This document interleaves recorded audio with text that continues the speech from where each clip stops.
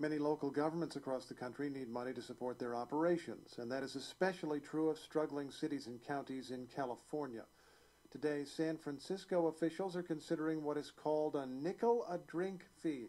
It would pay for the cost of cleaning up after alcohol abusers. Rachel Myro reports from member station KQED.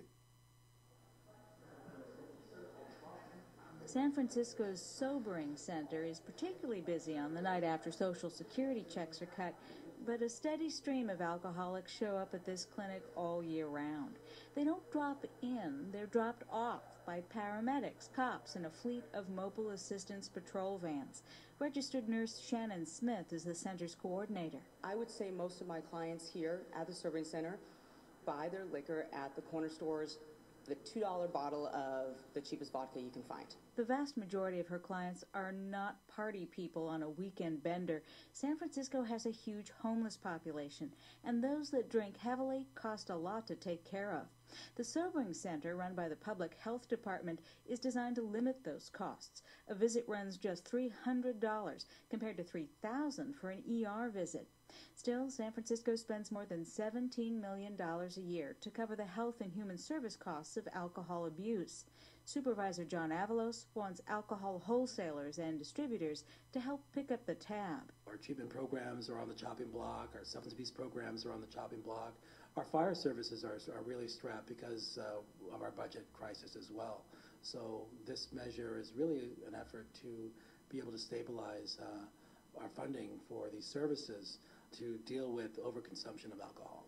Other California cities and counties charge retailers for licensing and public safety costs, but the Avalos proposal goes further.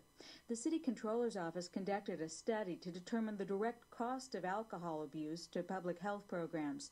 To recover those costs, Avalos is pursuing a charge of 0.076 cents on every ounce of alcohol sold in San Francisco. The fee would be levied on wholesalers, producers, and retailers. Avalos anticipates consumers would pay about a nickel more a drink, but that's not a number that flies with people in the alcohol and entertainment industries. The day of the $8 Budweiser is coming. And that's what they're charging in New York. Guy Carson owns Café du Nord, a landmark nightclub in San Francisco. He says supervisors are trying to kill one of the few geese that lay golden eggs in this city, tourism.